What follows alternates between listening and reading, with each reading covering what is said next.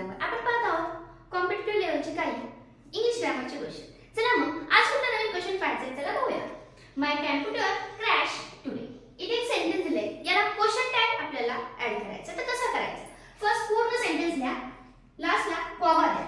त्यानंतर helping verb काय आले का बघा, ह्याच्यात नाही आलेलं. मग काय करायचं? वर्ब कुठला आहे? क्रॅश. कुठल्या फॉर्म मध्ये? पास्ट मध्ये. त्यामुळे आपल्याला इथं टू डू चे हेल्पिंग वर्ब वापरायचे. ते कशानुसार? या वर्ब नुसार. हे वर्ब पास्ट मध्ये म्हणून आपण याला वापरणार डीड. नॉट नाहीये, नॉट घेतलं डिडंट. अँड आता मग काय? डिडंट माय लावायचं नाही.